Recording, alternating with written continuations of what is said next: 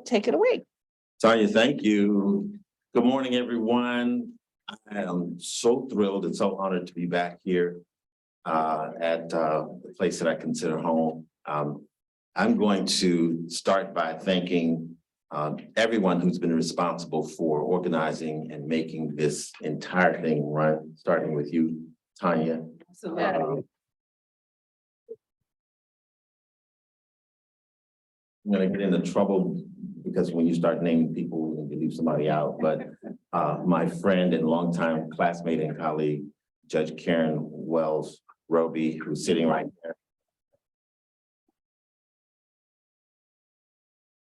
I see the dean in the audience. Is that you, Dean? Back there. Stand up, everybody knows who you are.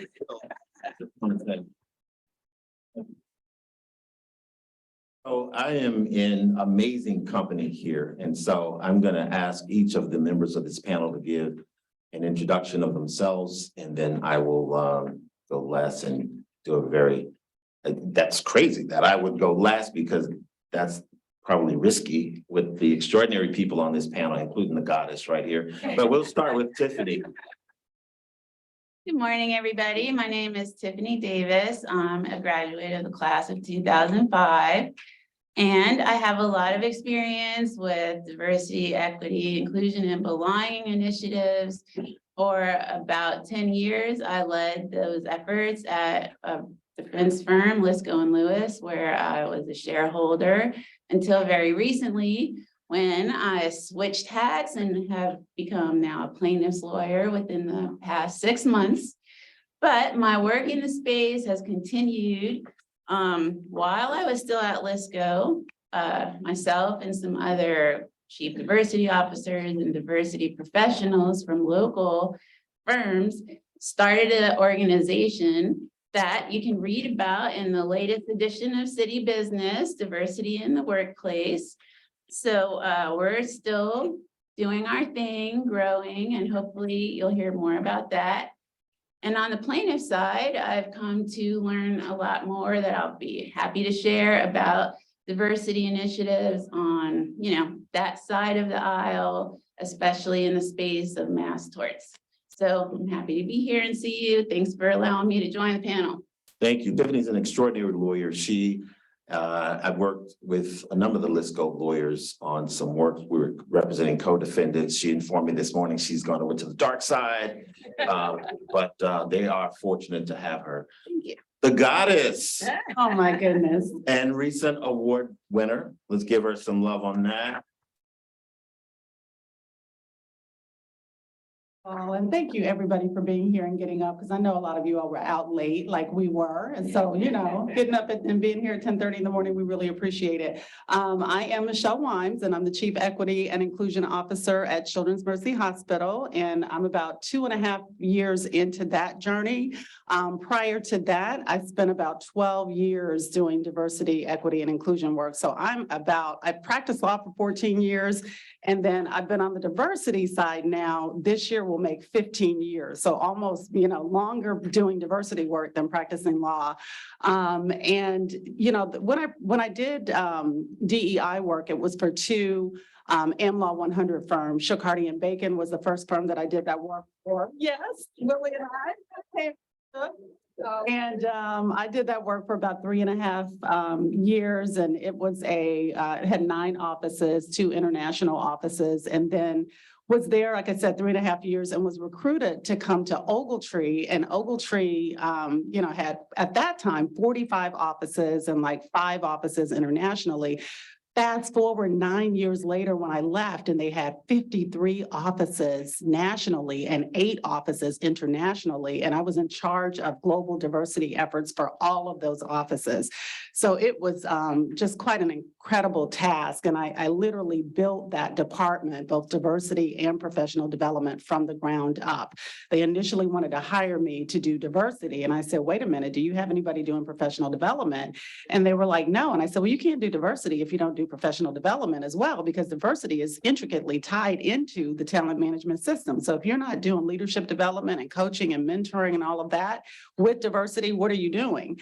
And so I convinced them of that, and they actually hired me to do both jobs. So my title initially was Director of Professional Development and Inclusion. And about 6 years into that journey, they promoted me to Chief Diversity and Professional Development Officer, but only after I had to advocate for myself because there was a white male director who came in about, I don't know, maybe 6 months after I did and became a chief officer before I did. So then I had to go to my boss and say, who's the managing partner of the firm, and say, when is my chief title coming? Because, you know, he came in after me, and the value that I have added to this firm and what I have done, I believe that I deserve a chief officer role, and I got it 6 months later. So, we paid for ourselves just like we're advocating for other folks. So that's my story, and I'm sticking to it. So Michelle's firm was one of my outside counsel when I was at Walmart. I had the privilege of knowing her in that capacity, and then later through MCCA, and she is indeed the gold standard. Tracy, new to the block. New to the block. Welcome, congratulations, welcome to Tulane. Thank you. I'm delighted to be a part of the Tulane Law family.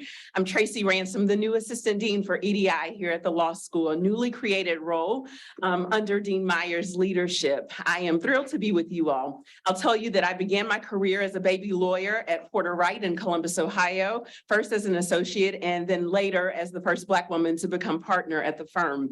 I clerked for a couple of federal judges on the Southern District of Ohio and on the Sixth Circuit. And then I was recruited to Edward Jones by a former client who is sitting on the second row, Judge Epps, who had been recruited to Edward Jones to be their head of litigation. They had been looking to hire someone to come in and lead their complaint investigations department that had been brought over from the compliance side into legal. Hadn't had success, and they asked Willie if he knew anyone, and St. Louis called me and I went. I did that for 3 years and then gave myself a sabbatical and traveled around the world and decided that I would ultimately start my own DE&I consulting business, which I've had for the last 4 years. There is a through line throughout my career, even as I was practicing, and that is that I've always been passionate about issues of DEI and have always been plugged in, served on at the time, diversity. That was before we added equity and inclusion, the diversity committee at Porter Wright, helping to advance diversity initiatives in the legal department at Edward Jones, and then ultimately starting my own firm. I'm delighted to be with you all. In my consulting business, I'll also share that I have had the opportunity to partner with universities as well. They've been my clients. I also was an adjunct law professor of race and the law at Washburn University. So I'm new to Tulane Law School, not entirely new to academia, but I'm delighted to be here to help drive this work forward. Thanks. Thank you, Tracy. My name is Joseph West. I am a partner at Duane Morris. Duane Morris is a global law firm. We have 900 lawyers and 30 offices throughout the world. I'm also a member of the management committee of the firm and the chief diversity, equity, and inclusion officer. I met Tanya when I was practicing here. I was a partner at Bryan Jupiter, Lewis and Blanson.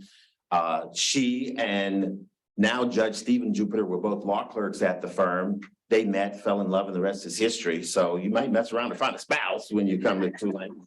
You never know. From there, I went in-house with Entergy. I was there for 9 years. Entergy, as you know, is, I think at that time was the only Fortune 500 based in Louisiana. It's unique. It does all of its litigation in-house. From there, I was recruited to Walmart. I spent 5 years in-house at Walmart. I was associate general counsel in the class action complex litigation group. And then eventually I headed the global outside counsel management group, where I had the privilege of knowing a ton of extraordinarily gifted and talented lawyers of color. Walmart was one of those companies that was kind of the gold standard and an early adapter on not just diversity and inclusion internally, but also using its influence to advance the careers of diverse lawyers outside.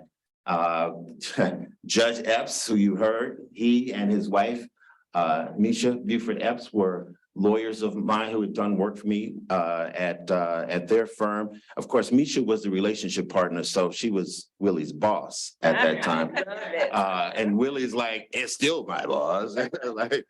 But during that tenure, we were able to send about $60 million worth of business to women and minority relationship partners in majority firms and women and minority owned firms. Mr. West, that's me. You're welcome. And tell Cambridge I said hello too. From there, I became the CEO. I took the job as CEO of the Minority Corporate Counsel Association. And people were like, you're leaving your leadership role at Fortune 1 to go run a nonprofit? I said, yes, because one of the things I learned at Walmart is the value of diversity and inclusion from a business standpoint. Because one of the things I noticed is that as the ranks of our outside firms became more diverse, the quality of the work got better. The work was more responsive. The quality of the work was excellent. And I remember my general counsel asked me to sort of like, well, what's the reason for that? And I said, it's three things. One, there's some extraordinary lawyers out there, okay, who we just have not had the chance or made the effort to look for and engage with. The other thing is that so many lawyers of color, particularly at large firms, are either underutilized or underappreciated. And they also didn't have other large institutional clients vying for their time and attention. So they were uber focused, uber engaged, uber responsive. I said, and frankly, the other thing is that a lot of lawyers of color understand that you will get the quick hook if you screw something up. So you get the opportunity to do work for a Fortune 1, you kill it because you don't know if you'll have that other opportunity, right? And so that helped me understand and see in a meaningful, measurable way, right? Yeah. The business case for diversity. And so I took the job at MCCA because I wanted to spend at some portion of my career focusing exclusively on those issues. I left there after 4 years and became a partner at Duane Morris, and I've been doing that work ever since. For reasons that elude me, I was named the inaugural recipient of the Chamber's Lifetime Achievement Award for Equity and Inclusion. I also serve as I'm here partially for the mid-year meeting of the ABA because I currently chair the ABA's Council for the Section of Legal Education and Admissions to the Bar. Basically, it's the body that oversees law school accreditation and bar admissions nationwide. Dean, I know you want to talk to me later. Leave by the door. And I'm also the chair of the Lawyers Committee for Civil Rights under law. And one of my board members is sitting right here. So, all right, you leaving us? Yeah, sorry. Tracy, so let's jump in. Oh, God. We have to talk later. Another conversation for another day. All right, so here's one of many common denominators here is, thank you, Tanya. Is the fact that each of us spent at least some time in our career working at law firms. Twofold question. How did that shape or inform the diversity work that you're doing now? Number one, and then number two, what was it that caused you or prompted you or encouraged you to make the transition from working in the firm environment to focusing at least part-time on diversity related work? Michelle, let me start with you. Yeah, so, it's interesting because I feel like my legal career is divided into thirds. So when I first of all, let me say, I came to Tulane because I wanted to do international law. And Tulane had a great international law program. They had a great immigration law clinic. And I was pretty hyper-focused that was what I wanted to do. And so my first job when I left Tulane was to go to an AmLaw 100 firm in Kansas City. It's now Hush Blackwell, but it was Blackwell Sanders back in the day. And I went to do immigration law. And I did that for about a year, but I was working for a crazy lady who I was like, okay, we were the only two people in the law firm who did immigration. And literally, I think she was bipolar or something because, it just was not a good situation. So after that year, I left kind of my dream job doing immigration in a firm to do education law. I had been a teacher before law school. So I was during the summers when I had clerked for this firm, I had done some education law projects. So I quickly realized this is a boat that's sinking. We we are not a good fit for each other. She's going to be doing my evaluation at the end of the year. I need to get out of this situation. So I reached out to the partners who were doing education law and said, remember me from the summertime? And they were like, absolutely, come and do work for us. And it was the best decision I ever made because I was able to work with all kinds of clients. They just threw me in there. I was doing depositions. I was second chair in trials. Then I got to first chair trials. And so the on my feet experience of speaking and litigating and advocating for clients was like the best experience that I could have gotten. But again, it wasn't international law, but this is how God works. So I'm sitting at my desk one day and I'm about 4 years into my job at Blackwell, and I get a phone call from a recruiter. And the recruiter would not tell me who the firm was, but said it's one of the largest firms in town and they need Spanish-speaking lawyers. And they need lawyers to work on their product liability matters. And I was like, I don't know anything about product liability. She said, but you speak Spanish and we need Spanish-speaking lawyers. And I said, okay. So I talked to my husband about it and he was like, yeah, go in for the interview. Well, little did I know the interview was going to be all in Spanish. And it had been years. I had studied abroad. I had majored in Spanish in school. I had studied abroad in Spain and spent a year, but it had been at least 5-6 years since I had been speaking Spanish on a regular basis. So I came out of that and was like, I did not get that job. I did not get the job. But I did get the job. And I had 2 children at the time. And I will tell you that was the best job I ever had because for almost 5 years, traveled internationally, working in Latin America, South America, Central America for Shook, doing product liability work. So again, I had to learn a whole new area of law. And at the same time, got to work with different cultures, work in different countries, work with different people, understanding different social mores. And it was phenomenal. So that literally built my cultural flexibility and cultural competency skills. And then, I was doing that work, came back. We ended up winning all of our cases. So the team got tremendously downsized. And we had about, I think, 15 lawyers who were doing that work. They downsized it and said, okay, we only need 5 people. And so the qualifications were you had to speak and read and write 3 languages and not just 2. So that took me out of it. So then I started doing labor and employment law, which I had done a little bit of that at Hush, my first firm. And by that time, I then got pregnant with my 3rd child, my 3rd daughter. And I was like, I am not going to be able to build 2,000 hours working, at this firm. Something has got to give. And this is how God works.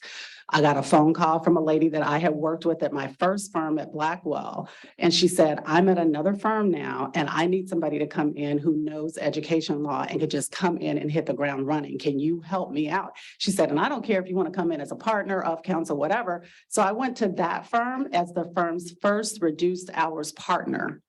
And I did education law, special education law, representing school districts, doing IEP meetings and that type of thing. That work helped me to understand grassroots issues from a client perspective, different folks who were having, just different issues and being able to problem shoot, being able to, conflict resolution issues, because I was really trying to resolve issues from a really a collaborative standpoint. And what drove me out of the practice of law was it became very contentious. And I was really tired of fighting because I felt like these are kids here and these are IEPs, individual education plans. We shouldn't be fighting over this. This should be more collaborative. And it wasn't. And I had been doing all throughout that time diversity work with the Bar Association. I had been doing scholarship programs. I had been doing mentorship programs, Ask a Lawyer telethons, you name it. I was doing a lot of diversity work through my bar association work, the Jackson County Bar that was affiliated with MBA. And so that is when I decided I'm leaving the practice of law. And people thought I was crazy because I was an equity partner at my firm. And they were like, why on earth would you leave an equity partnership? And when I went to interview with Shook, even the partners asked me, why would you leave an equity partnership to come and do this diversity work? And for me, it was, I am passionate about this. I know the path. I know what it takes to be a summer associate successfully, an associate successfully, an of counsel successfully, a part-time partner successfully, and helping to run the business, right? Helping to run a practice group and doing all the rainmaking and all that stuff. So I feel like all the different jobs that I had along the way in the 3 different firms that I worked in really did lay a solid foundation for being able to do diversity work because I knew what it took to be successful at each one of those levels. Thank you. So I'm gonna, Tracy and Tiffany, you each worked at smaller, more regional firms, I believe. And I think that work is probably a little bit more challenging when you're in those types of settings. So talk a little bit about how you were able to sort of navigate diversity related issues in those 2 settings. So wanna go first, Tiff? Sure. So the way that I got involved in the work at my firm related to diversity probably is similar, with other firms of my size. I was coming up for partner. Dana Douglas, I was working with her at the time, she was in charge of the diversity committee. So she just passed the baton to me. And there's a lot of pitfalls involved with that. When you place the responsibility on the diverse attorney to now run the diversity program at a majority firm, especially when I didn't have any particular training or education in being a diversity professional. And all of my exposure to any types of initiatives would have been what I had experienced at the firm. So, I had to kind of learn by doing, and Dana had set a very good example. She continued to work with us. She still, in fact, is speaking at the firm this week in honor of Black History Month. We always do an occasion. So she's been a friend of the firm even since she left. But, it's kind of trial by error, and you have to try within the firm to make it work in that environment, and you have to tailor it, and you have to navigate is a good word because you are really trying to make change.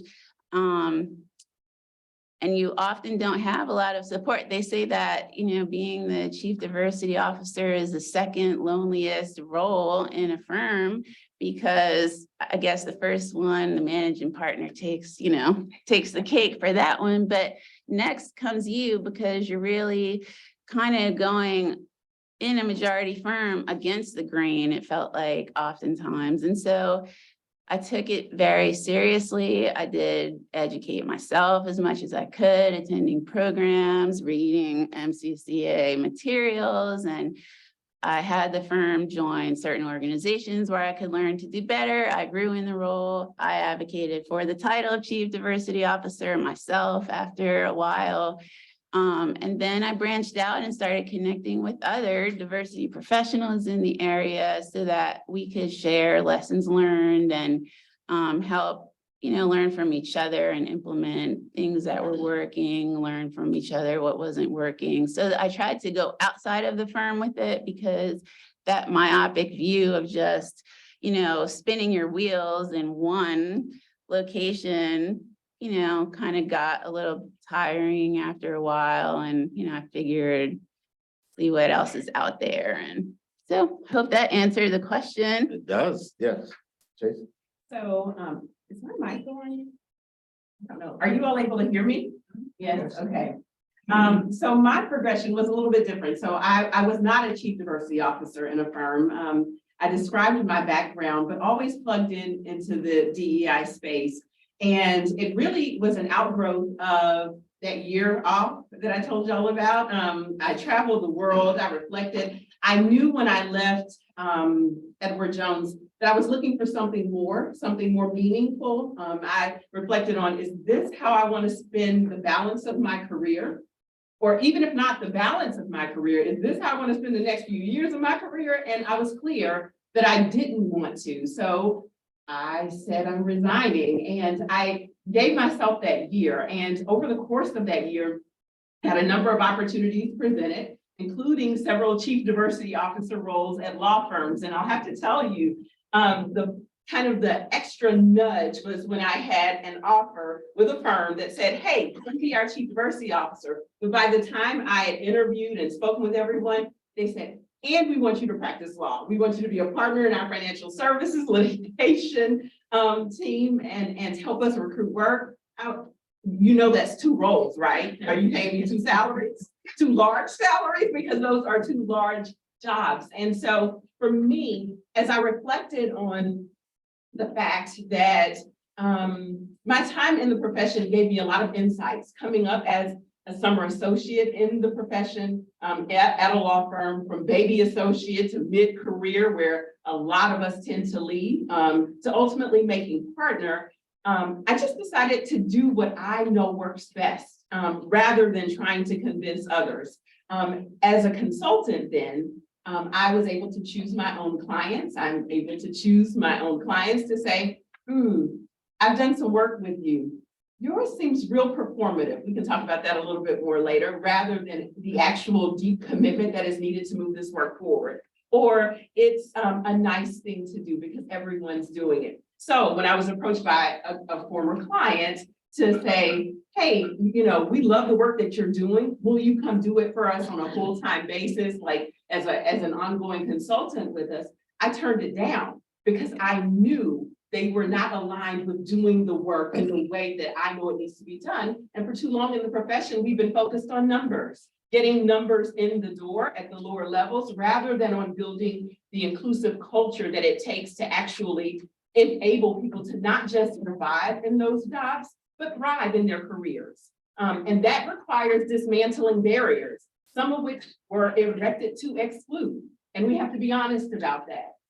That people or groups haven't just been underrepresented because they woke up one day and were underrepresented. No, the doors were closed. And so my question for you is, if you are committed to opening those doors, then are you willing to take an honest assessment of self-assessment, organizational self-assessment, to do what it takes, not just to partner with organizations outside the firm, but to evaluate your systems, evaluate your structures, your policies, your practices, to see where bias has seeped in, where there are barriers that have seeped in, regardless of intent. If the impact is that different groups are not able to come in a meaningful way, that they are leaving within years 3 through 4, and after the firm has worked so hard to recruit you, we've got a problem. And if you want to have an honest conversation about how to change the culture and what it takes to do that, then I thought it was better for me to be able to do it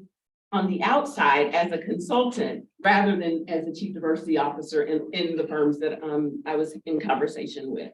And from there, obviously, this role was particularly exciting to me because of the current composition of the Supreme Court and what's at stake when we think about the legal profession and what is going to be required of us as a profession. The role of lawyers in our society, in the democracy that we are working to build. There's a quote that's running through my mind. I hear Justice Marshall saying, "This is your democracy. Make it, build it, protect it, pass it on." So for me, this was a natural outgrowth of the work, the passion that I've been working in, and coming in at a time where the court very well may close the doors on holistic race-conscious admissions. And that matters. That is a problem. And so when this role presented itself and the opportunity to come in with a university and a law school that's already doing great work, to partner in a way that moves the work forward, that opens doors, that says, I'm going to help you remove barriers that have existed, then I was like, sign me up for that. So that's how I'm here. Well said. So my journey in this direction. Yes.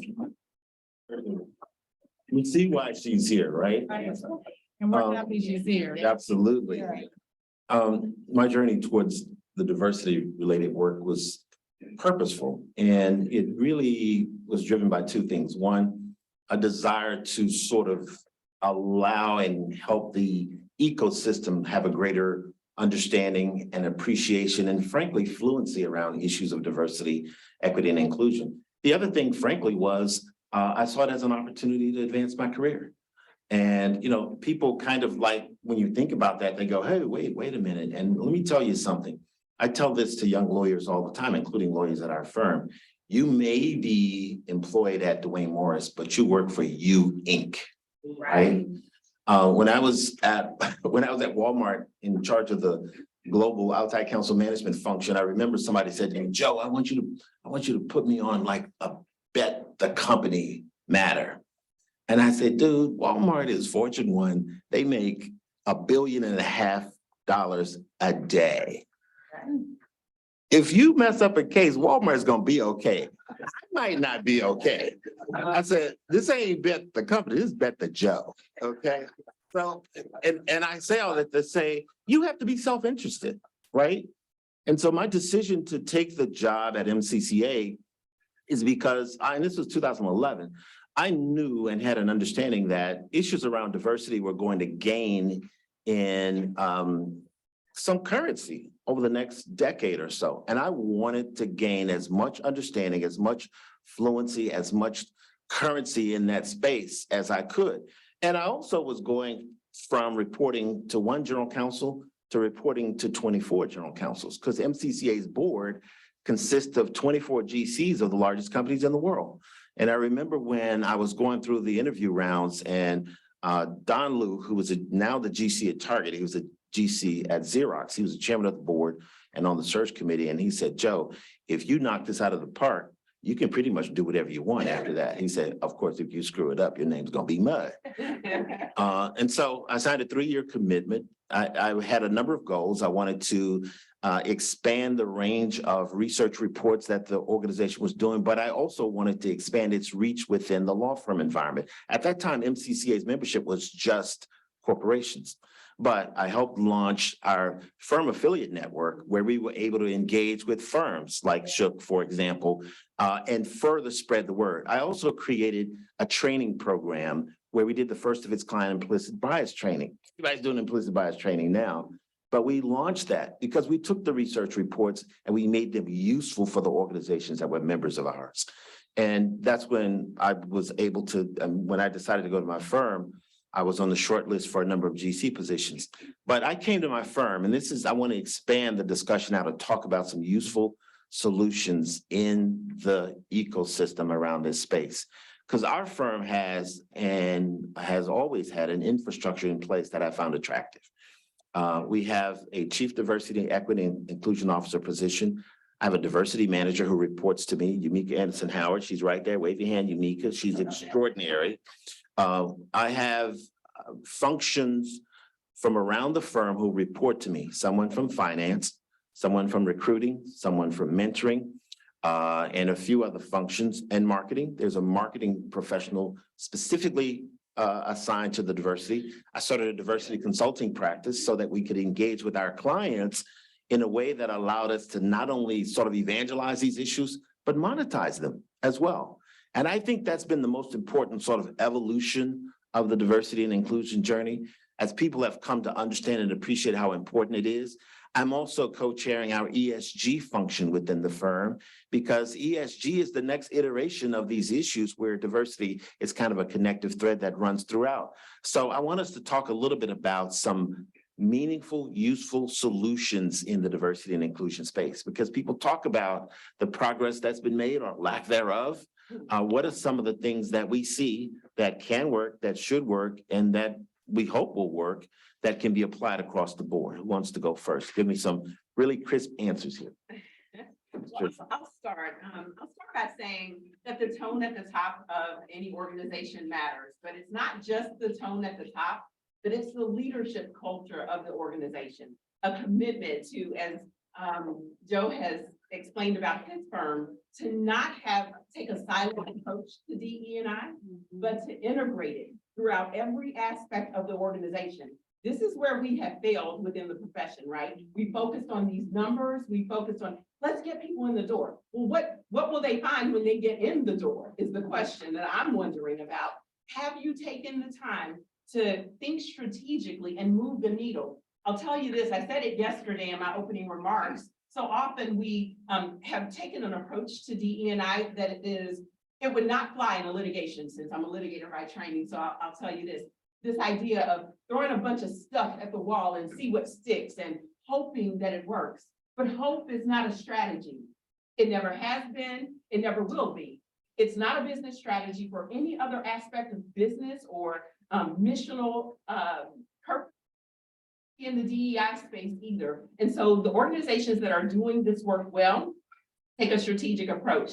They have aligned their DEI objectives so that they further the university's mission or that they further the law firm's mission, not just the business case. So being able to articulate the business case absolutely matters, but there is a moral imperative. There is the rightness of this work that matters. And we need to be able to talk about that in a way that people can understand so that, yes, it does help you outperform your competitors, your peers, but it is the right thing to do. And so organizations who have leadership at the top, who are committed to driving that leadership and accountability down throughout every aspect of the organization, those are the ones who are seeing the progress. So that finance isn't making decisions without understanding the impact on DE&I. And, no other aspect of the organization is as well. And so I just say that the tone at the top and having real commitment and accountability.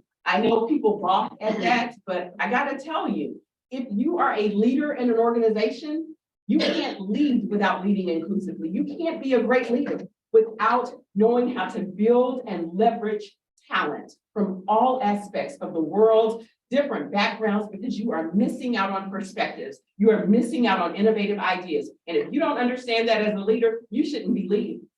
Accountability. Yeah. That's such a key word. I'm going to tell this quick story, then I want to get the answers from the two of you. So Microsoft had a seat on MCCA's board. Brad Smith, who was the general counsel at Microsoft, he's now the president. I was having dinner with him once, and he was telling me that he implemented a program where all of his direct reports had certain diversity metrics, both internal with respect to their own teams, but also in terms of the spend with their outside firms. And he said that he actually implemented a program where he would withhold a portion of their annual bonus if they didn't meet these metrics. And I said, well, Brad, how many years has it been in place? He said, 5 years. I said, well, how many years has anybody missed their bonus? He said, just the first year. Because it clarifies the mind when you mess with people's money, right? So. And so there are two approaches you can take to that, right? You can use the carrot or the stick. Mhm. You can withhold. Yes, I want my bonus, right? Or you can incentivize behavior. You can say, if you meet this metric, if you are developing diverse talent, I'm sorry, let me pause really quickly. If you are working to develop talent from underrepresented backgrounds and historically excluded backgrounds, that is your job as a leader. Yeah, that's right. Yet you are incentivized, right? They do that too. Yeah. Because the other side of it is they give their firms certain goals to meet. And if they meet them, they give a sweetener at the end of the year. They give them 3% on top of what they build and collected. So you're right. It's the carrot and the stick approach. And I also would say that it's also, we hear a lot of talk in the profession, oh, we're Mansfield certified. Okay, so you brought a diverse slate in, but did you hire any talent that was from a different background? And if your answer is, well, no one was ready. You're a leader. It's your job to be culturally competent enough to develop talent from diverse backgrounds and perspectives. If you aren't developing, recruiting, retaining, tapping on the shoulder, identifying where there are gaps as a leader, you are not performing in a way that is consistent with the values of this organization. If you can't say that, you aren't committed to moving the needle on these issues. Solution. Well said. Exactly. Yeah. I mean, I think that's fantastic. We were one of the firms that was Microsoft's outside counsel. So I sat at that table and we had to articulate what were the diversity goals that we met, and we got our bonus every single year, right? And I did some research in preparation for this panel, and they have a 90% compliance rate now. Microsoft does, a 90% compliance rate. There are other companies like HP, for instance, that does more of the carrot, more of the stick. And they're like, and Walmart, yeah, if you can't provide a diverse attorney for our work, we will, I think it's 10% of the fees that they decrease, right? right? So 10% of the fees. And so it's just interesting, the approach. But I will tell you, some of the things that I found to be really impactful was tying diversity to professional development, as I mentioned before. How can diverse attorneys succeed? In law firms, it's all about business development. It's all about bringing business to the firm. So if you can coach diverse lawyers up into how to do that effectively, that essentially gives them the skill set and the expertise that matches them with their majority, with their majority peers, right? And so what I did was I created sponsorship programs where I had equity partners in the firm to partner with non-equity partners and to partner with senior associates who could share with them the rules of the road. We called them at Shook, we called it success. Well, at Ogletree, we called it Success the Ogletree Way. And at Shook, we called it the unwritten rules of the road. Because there's so many unwritten rules when you come into a firm that you can just run, you can run afoul of, and you have no idea if that's not your background and you haven't practiced law in a private firm. So I saw it as my job to make more transparent what were the unwritten rules of the road. And so that was one of the big things that we did was we interviewed our lawyers, our partners, our equity partners who were successful. We asked them, what are the competencies that you would see in a junior associate that would make you want to invest in them? What are things that you would do differently now that if you had known it 5 years ago or 10 years ago, it would have made a big difference in your career? So doing all of that, and then we created an associate learning guide that outlined all of those competencies to make it more transparent as to what that pathway was for success. And then bringing in coaches like Tracy. I hired Tracy. Yes, I did. When she was first out as a consultant, because I knew homegirl was bad. Not only is she my soror, but she is bad, and you guys can see it. Well, you guys also see the value of networking. Also. Yes, We're gonna yes. talk about that. So Tracy reached out when she had her consulting firm, and actually we had a mutual friend, I think, I didn't know Tracy, but she sent me her CV and she said, I'm starting this business. And I, at the time, was in charge of, all professional development and diversity at Ogletree.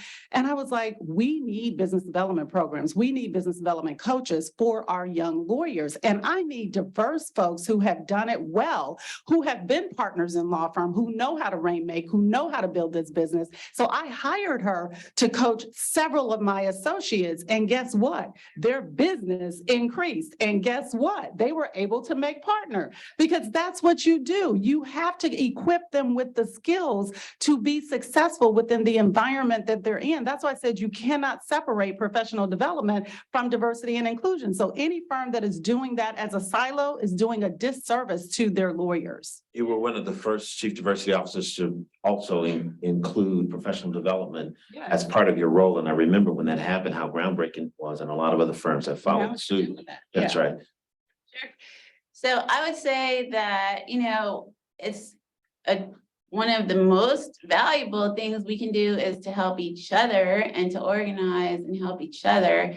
And I can just tell you a personal story that, has helped me in my own career.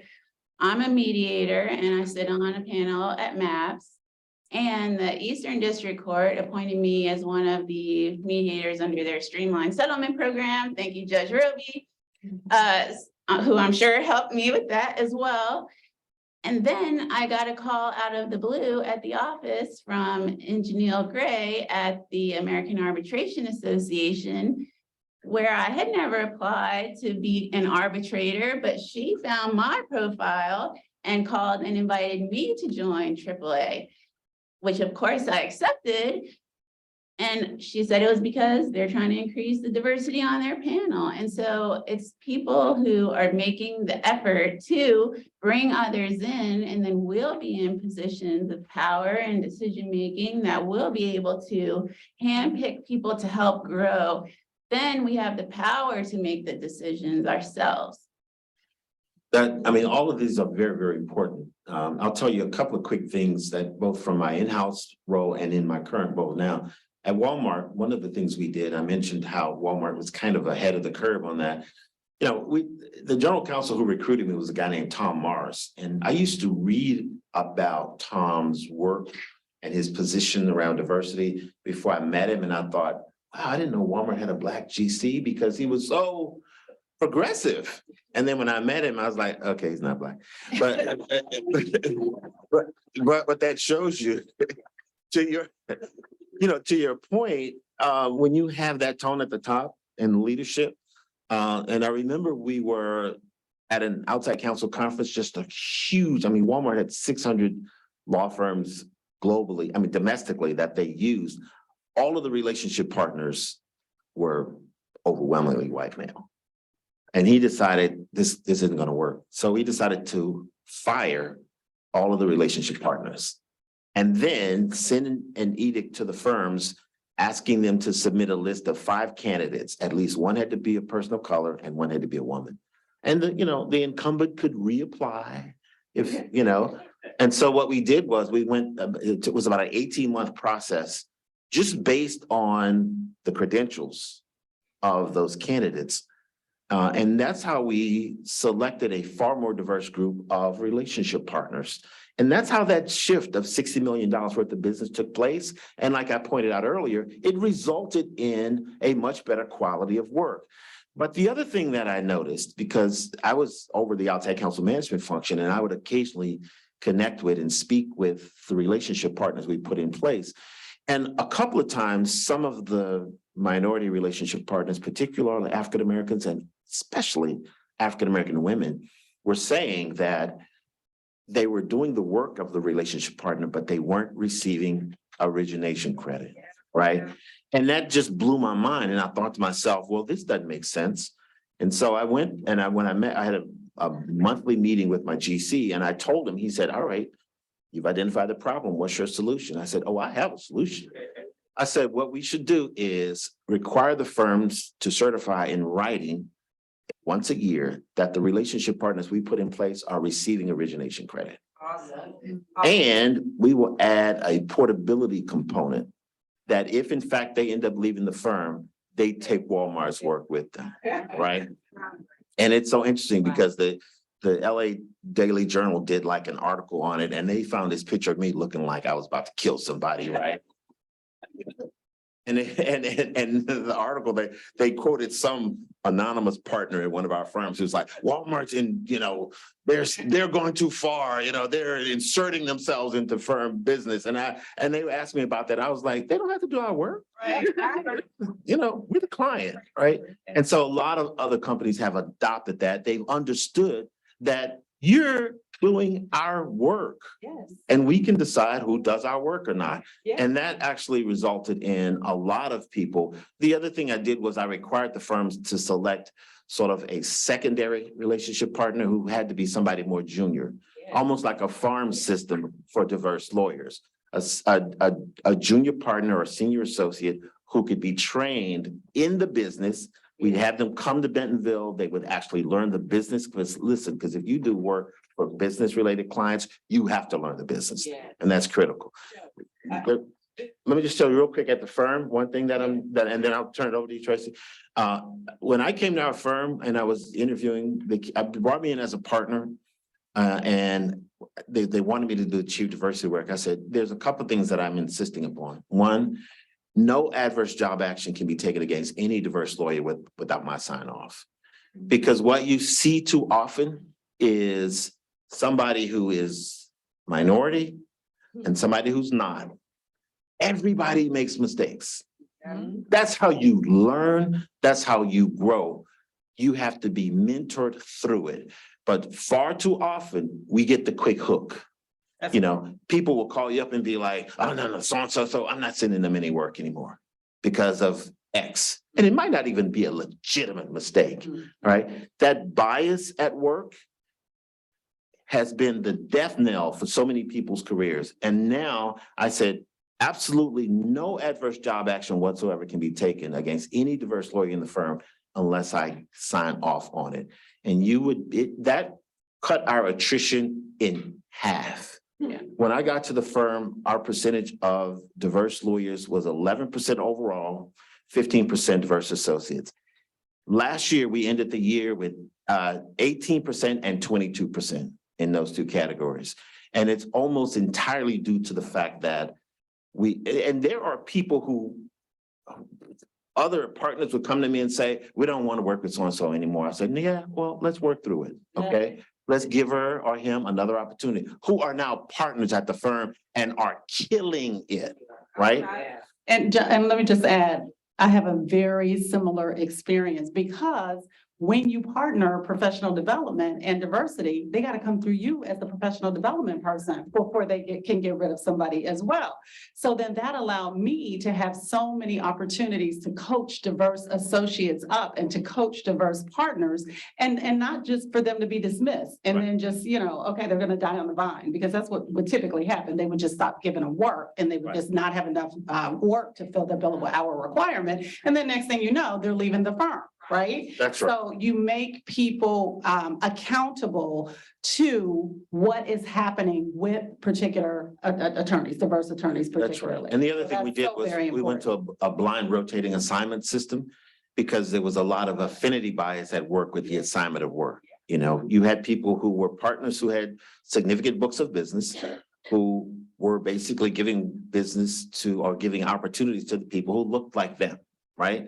And you would have other extraordinary talent. We would go busting our butt trying to steal diverse lawyers from Shook and other firms, and we'd bring them in, and then they weren't getting the opportunity.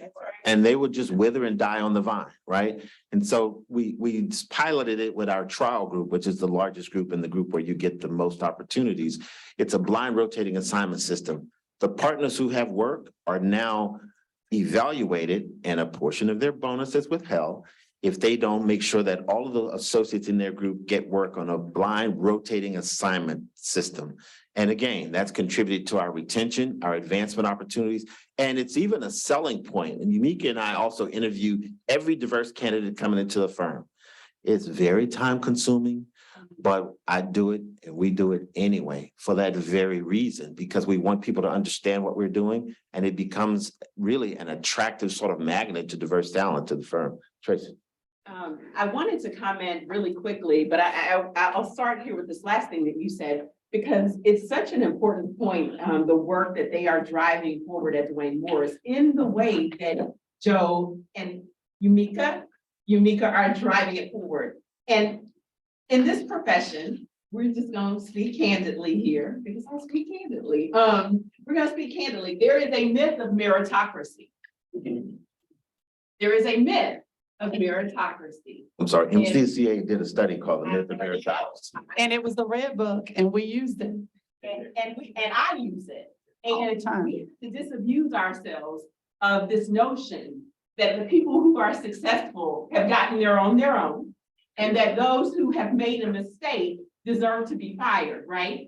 And we have to tell the truth, right? And so what we see here is by adding accountability, oversight, someone that says, oh, you don't get to just fire at will. You don't just get to, oh no, I don't want to work with this person anymore. No, I'm going to look and evaluate and say, hey, I am your peer.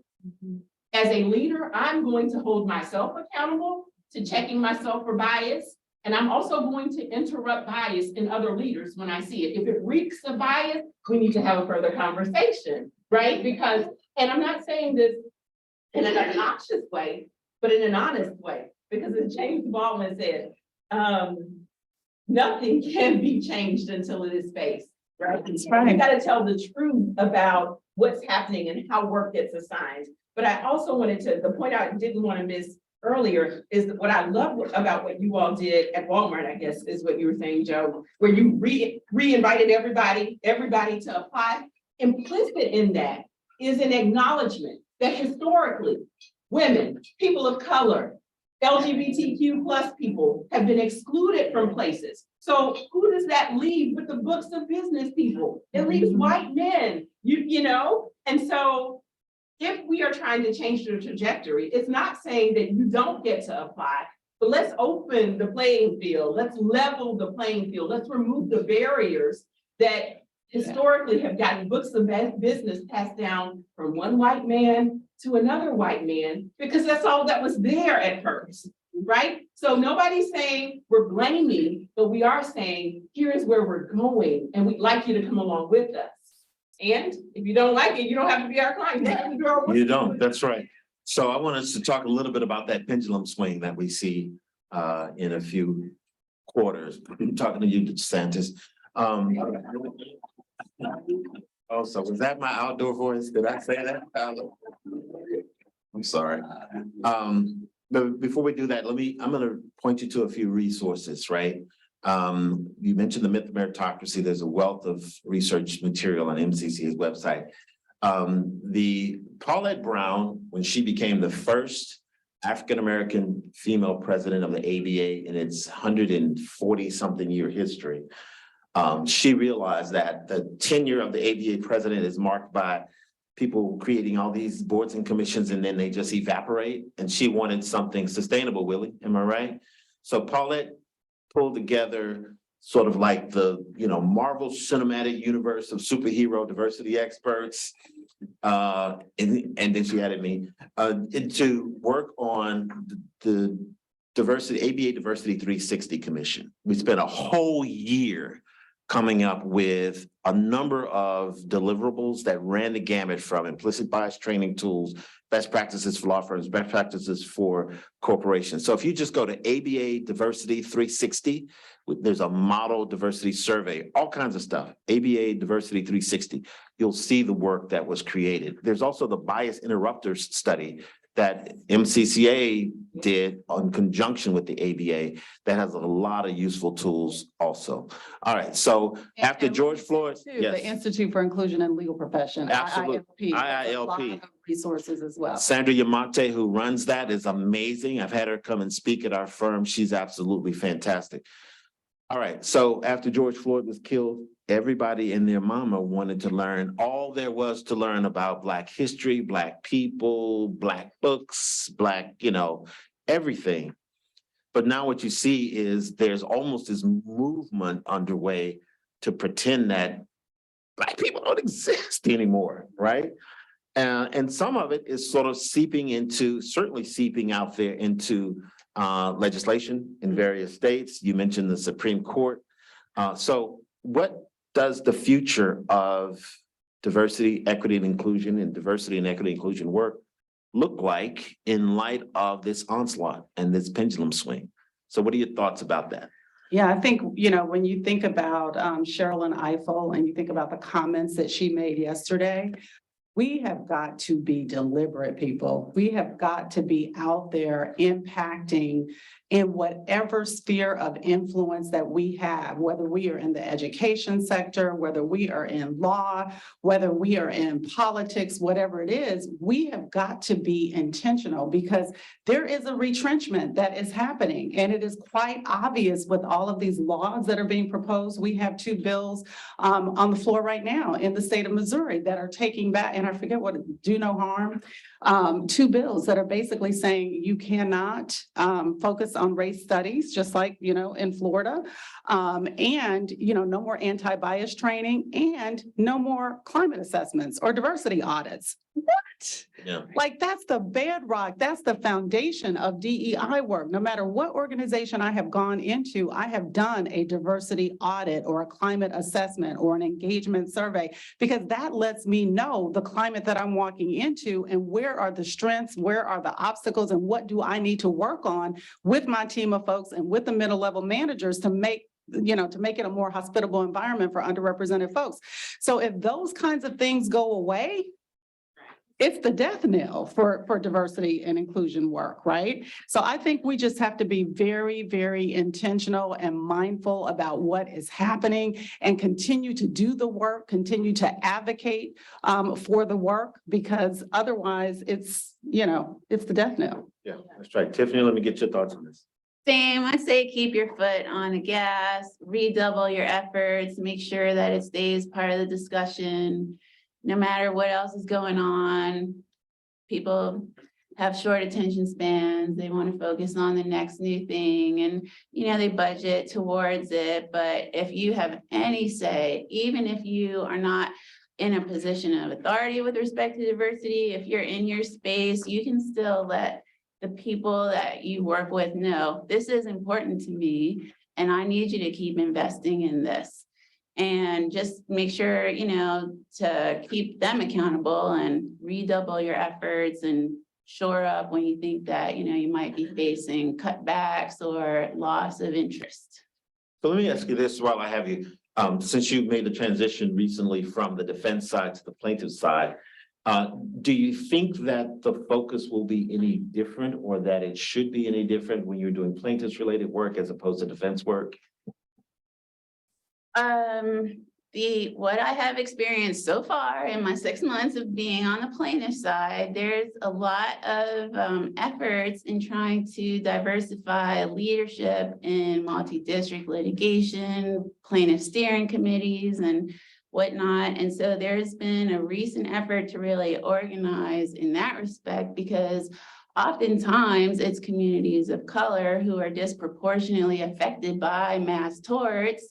But then the lawyers who are leading and profiting off of that litigation are overwhelmingly not of the same population. So there's that in that respect, a lot of interest in diversity on that level, just so that the representation reflects the people who we are trying to help. But it is a different culture. There are a lot of diverse plaintiffs lawyers. So even within my firm, which is run by a Black man, Ron Austin, all of our attorneys are diverse. The culture feels just so much better. And, when we celebrate diversity, because I have brought some of our practices to the firm in terms of recognizing, observances or whatnot, it's way more in a sense of celebration and learning more so that we're able to relate to our clients and whatnot. So we still do place an emphasis on diversity. But I guess it's not still in the same kind of business case, because we're not trying to get work from corporations. Trying to get money from corporate. But there's still a definite interest in diversity, maybe just for different reasons. Yeah, it makes sense, particularly in the litigation in various jurisdictions around the Right, state and the sure. country. So what I say is, and especially harkening back to Cheryl and Michael's comments last night, that we keep pressing on multiple fronts, right? And we have to acknowledge, right, that our community is facing a number of challenges, and we in this room are privileged. We are privileged. And that means, that we must continue to vigorously oppose and resist efforts, because everybody in our community won't be able to run for school board or go to the city council meeting or run for Congress or whatever. We've got to use and wield our privilege and our positions, our platforms and our power to drive toward the America that we deserve. We deserve an America that celebrates all of us, and we have to keep working for it. Well, here's what I see. At the same time, you see these various governmental entities and individuals trying to push the pendulum back. In the corporate world, they're moving forward because they understand a couple of things. First of all, there's a certain sort of demographic inevitability at work in the United States.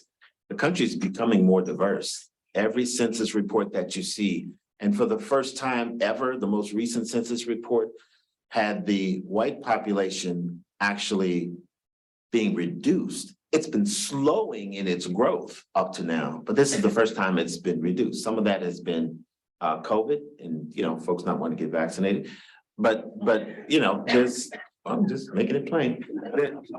But that demographic inevitability is going to continue. And it's also tethered to a growth in buying power among diverse populations. Companies understand, let me tell you something, Walmart wasn't doing what they were doing just because it was the right thing, although that was part of it. Walmart understood that the vast majority of its customers were women and people of color, and that up to that point, most of its growth had been in semi-rural and suburban areas, and there was an untapped market in urban areas, right? The company also understood that its growth internationally was in Latin America, Asia, and in Africa. And the way Walmart grows internationally is that they take executives, people who work in the company, and make them expats, right? And so if you're going to grow in Latin America and in Asia and in Africa, you better have some expats who you can send to those places. So this is about business for the corporate world. And so the DeSantis or the DeSanti of the world, and they can do whatever they want. But I think there's a certain inevitability about the corporate world embracing diversity, equity, and inclusion. And I don't think that's going to change. So we have to leave time for Q&A. I never like to leave like stranded questions in the audience. So if you have questions, please jump in. Yes, sir. Tell us who you are, please, and ask your question. Hi, my name is Roger Carter II. I'm a JD MBA and I live in Atlanta, Georgia. I want to piggyback off your point. Working in the corporate world for the first third of my career, what I saw was that almost all of the Black managers our certifications were higher than our white counterparts. You think about it, it kind of makes sense. If these white companies wanted Black talent, they got the best Black talent there was. And so when we compared our qualifications next to our white counterparts, our qualifications just blew them out of the water. Stated another way, also we made more money for the company. And if you look at the demos, most of the people going to business school, going to med school, starting companies, they're women and people of color. So diversity is a cool thing, but it's also profitable. And is that an argument that you all make that, it is the good thing to do, but you'll make more money doing it as well? I want us to go in first, but I know what my answer to that is going to be. Please, go ahead. Yes. Yeah. I mean, money talks. Yeah. Money talks. And yes, we have made that connection. Yeah. And you spoke about it earlier Yeah. as well. I mean, look, at the end of the day, you want to outperform your competitors, diversity is the way. But it's not just getting a whole bunch of people from diverse backgrounds in the room and not knowing how to leverage that talent. No, it's how to create a space where the perspectives and voices are valued rather than feeling marginalized and as if they can't speak up.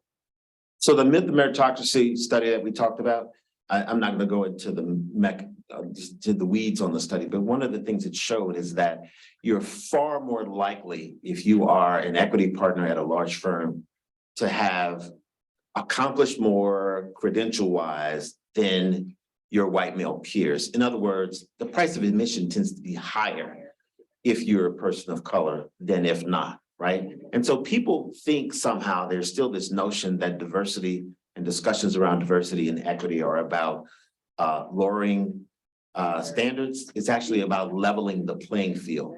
It's about identifying barriers to inclusion and removing them, right? Because of what I've found, and this is from research through MCCA and also just my personal experiences, is that there are certain sort of choke points in the career trajectory where bias has an impact. It's in the recruiting process. It's in compensation disparities. It's in the assignment of work, the evaluation of work. It's in the mentoring, sponsorship, or lack thereof. Even when and how and under what circumstances people are separated from organizations. Bias has an impact in each of those areas, right? And if you can identify those biases, those policies, practices, and procedures where bias has an impact and eliminate or mitigate them, you create a level playing field. Yes, ma'am. Thank you. Good morning. My name is Catherine Anadu. I use the term DEIA. I follow the executive order under Biden administration 14035, where we talk about diversity, equity, inclusion, and accessibility. So I just want to say, I say DEIA. I'm not a lawyer. I am a resident of New Orleans. I work for the federal government. I was invited from my most favorite white man, Trev. I remember who asked me, I have a question, but I want this context. He said he invited me with the invitation of Catherine, come and have your soul rejuvenated. I feel that, I'm not sure, because I'm thinking about showing up to work on Monday and quitting, just listening to this. I'm a senior petroleum engineer in oil and gas. I'm nearly 50. Yeah.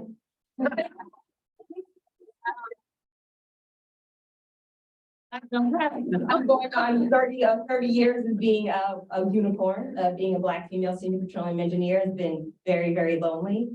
These past 2.5 years, I've served in the role, what the federal government calls a collateral duty, which is their way of saying you don't get paid, but you have a second job. So I'm on the DEIA program to implement this executive order. Okay, so here's my question. I do feel rejuvenated, but I'm feeling a little teary because I'm also feeling very frustrated. You are diversity professionals. It's your job. You get to sit on org charts. And here I am in the federal government where, you know, I have a full-time job, but then I'm being asked to do this collateral duty, which I'm, you know, as a Black woman, it's very important to me, this role, but I feel like I'm literally gonna quit it on Monday. So here's my question. Everything you're saying about the law industry, absolutely transferable to oil and gas, which is a white man's world here, now working in New Orleans. It's not even the good old boy network. Thank you for, we can be informal and candid. It's like the homo boy good old, it's a specific good old boy network So out of the true. bureau that I won't name. Yeah. So how would you respond, and with all that said, how would you respond to leadership that says to, you know, Catherine and the team, but how can we do DEIA without saying DEIA? It's gone on for a month and it's leading, I'm with your voice, you know, Trev will tell you, I'm real vocal in my role. I'm very, very vocal in my role. And this question that's been posed as a problem for my team and I to solve, I will thank you for the resources. I will definitely take the time to Google those. Maybe you've said the answer and all the things you've said, but I haven't heard it, maybe the answers and the resources, but very directly, what would you do? Don't you also hear a problem in the question? Yes, okay, so how would you respond to somebody saying, but how can we do DEIA without saying DEIA? Yeah. And thank you. So let me just say this. One of the things that has always been helpful for me when you're trying to convince naysayers is to make sure that they understand what's in their self-interest, right? Every organism on the planet is motivated by self-interest. And one of the first things I did was I showed some research and data to people in our firm that made them understand how this is really at its core agnostic as to race and gender if you do it right. For example, the blind rotating assignment system that we put into place, it certainly benefited a lot of diverse lawyers, but it also benefited a lot of non-diverse lawyers who weren't getting a shot, right? It gave them opportunity, and a lot of them made partner who wouldn't have otherwise made partner because they were getting a shot, okay? I use Matt Taylor is now the chairman of our firm. I love Matt like a brother. He was the head of our trial practice group at the time we put this in place. And I went to him and I said, Matt, you went to Boston College, you played lacrosse, you're a white male. Dude, look how many people either went to Boston College or played lacrosse or white male or some combination of the three. And he was kind of stunned. He's like, yeah, I said, that's affinity bias, dude. That's what it looks like. I said, so let's sort of level the playing field and get everybody. And there were a lot of white males who had opportunities who didn't. There was a study that Citigroup published. They released it in September of 2020, right? It's called The Cost of Racism. If you just Google Citigroup cost of racism, what it showed is that in the first 20 years of this century, from 2000 to 2020, because of inequities in housing, healthcare disparities, income disparities, educational opportunity, and lack of access, the US lost 16.5 trillion in GDP. Because of inequities just in Black communities in those four categories, the entire, not the Black community, the whole United States lost 16.5 trillion in GDP. If you had eliminated those inequities, that would have gone to the benefit of the entire economy. And in 2020, our entire GDP was 19 trillion. 16 trillion. So what I do is get people to see and understand how it's in their best interest. Because once you do that, that motivates people. Yeah, I also get really curious and I start asking questions. And so I say, okay, if you don't want to call it DEIA, then what do you want to call it? And help me to understand how that's going to help us to accomplish what we need to accomplish here. Because first of all, what is it that you're trying to accomplish? What have they agreed to as a leadership team that you and the folks who are doing this DEIA work within the organization, is there a common understanding of what that is? So if there's no common language and there's no common understanding, there's no common nomenclature. You know what I'm saying? So for me, I'll give you an example of something that came up at Children's Mercy in the hospital, right? This is an organization that is 156 years old. We have been at this journey for a long time, given the fact that the organization started with 2 white women who were physicians at the turn of the century and who actually created a training program for African-American doctors, right? So in 1896, which was amazing, right? And so when you fast forward all these years, and now we're in a situation where people there are certain doctors and certain folks at the hospital who are excited about this work, excited about having an inaugural chief diversity officer like I am, and who want to immediately go in and say, okay, now we have to declare that we're an anti-racist organization. Now we have to do the X, Y, Z. And I'm like, hold your horses. We will turn people off if we say we are focused on anti-racism. Let's build a common language first. And that common language is around diversity, equity, inclusion, and justice and belonging. Within that nomenclature, of course, anti-racism is a part of that, but am I calling it anti-racism? No, I'm not, because I know that that's going to turn people off. So I have to figure out what can I call it so that people can get on board? So I would just get real curious and ask them, well, what do you think we should call it then? Right? I would also say, don't quit. Right. Yeah, don't quit. They need you. We need you. Do not quit. Do not quit.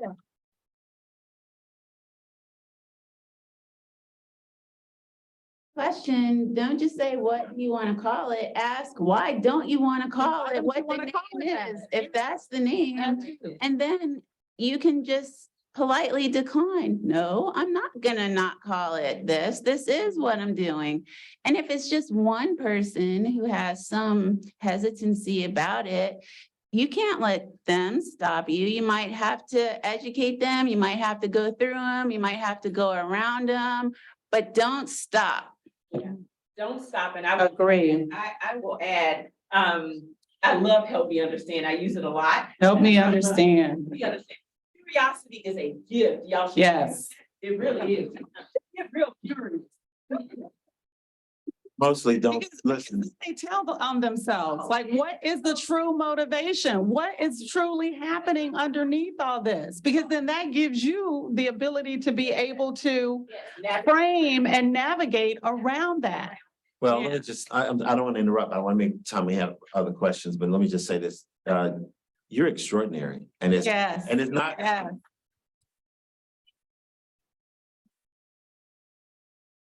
You are, and it's not just because you're the embodiment of Black Don't Cry.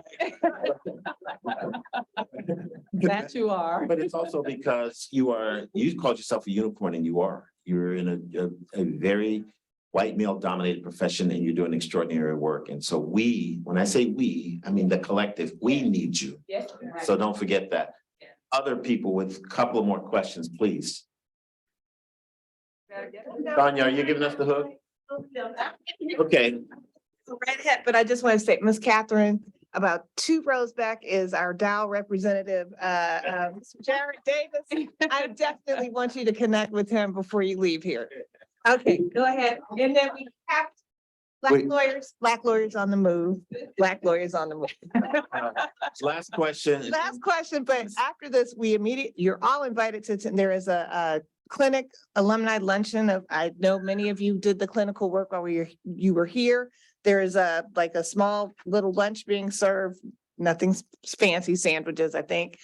They're supposed to start at 12, but we'll give you grace, just, we have a tight schedule because followed by that Taking at the 1 time. p.m.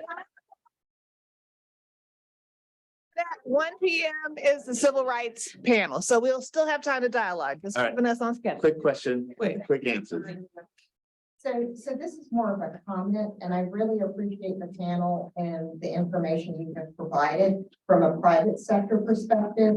But from a government perspective, there are certain institutional barriers where there needs to be pressure from the outside. Because I have seen countless number of times where we have tried to hire like diverse law clerks, college interns, and other positions. And the thing is, we don't pay. And we don't pay. And we're not going to get the money to pay because there's not a lack of interest in these positions. And so in terms of like diversity, things, policies, and what have you, it's really critical to get a diverse workforce in government where they're making the policy decisions. Yes, Where they're absolutely. making litigation decisions. Yeah. And so anything that can be done, like, for example, when I was at Tulane, there was the Public Interest Law Foundation. But that was more for individuals going into nonprofit. Right. But there It's a pro really bono needs thing. to be support for professionals who want to be in government service, get their foot in the door, decide if they want to be in government service, or maybe they don't, but just to be informed for how they can help mold public policy to give them the opportunity to be able to get into those places. Because right now, the only people we are getting are those who can afford to work for free. Well Yeah, said. that's a Thank you. great comment. By giving one piece of advice to, how many students are in the room? Raise your hand, please. One real quick piece of advice that we're gonna wrap up, or Tanya's gonna kill me. There's a saying that it's not what you know, it's who you know. Well, it is what you know. And it matters that you're good at what you do, that you work hard, and that you really, really, really master your craft. But it does matter who you know. It matters who knows you. It matters what they know about you, and it matters the extent to which they're willing to expend capital on your behalf. Network. Don't just network up the food chain, network with your colleagues, with your peers. I look around this room, I see people like Judge Karen Wells Roby, her husband Clarence Roby, raise your hand, Clarence, who were classmates of mine at Tulane. Judge Epps right there, who did work with me. And when I was at Walmart, and he saved my butt many a time, and his wife did as well. I told you, Tanya and I worked at the same firm. I see other Brian Jupiter alums, Clint Smith, raise your hand, Clint, Randy McKee over there who worked at us as well. I got my job at Entergy because I tried a 6-week-long jury trial in Judge Michael Backnaris's court right there. Judge Backnaris, raise your hand right there.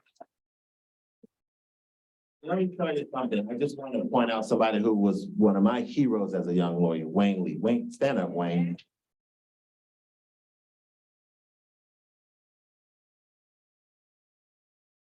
Consummate professional. He was one of these African-American partners at a major firm back when that was a unicorn, right? And was one of the people I looked up to when I was first starting to practice law. So Wayne, thank you for being here. Tanya, thank you. Thank you so much. You mentioned our students. I just want to know if Children's Mercy Hospital, Dwayne Morris will commit to hiring some students for the summer. Yes. Hey, Dean, can I just point out one thing? Can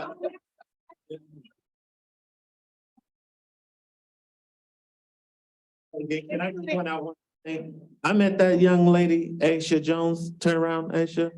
I mean, she is amazing.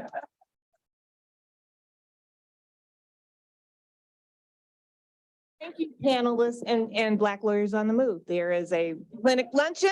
There is, you can go lunch on your own if you need to. Just please come back at 1 o'clock for our final panel which is Civil Rights Voting Rights Act. And everyone knows where they need to be at 7 o'clock tonight, right?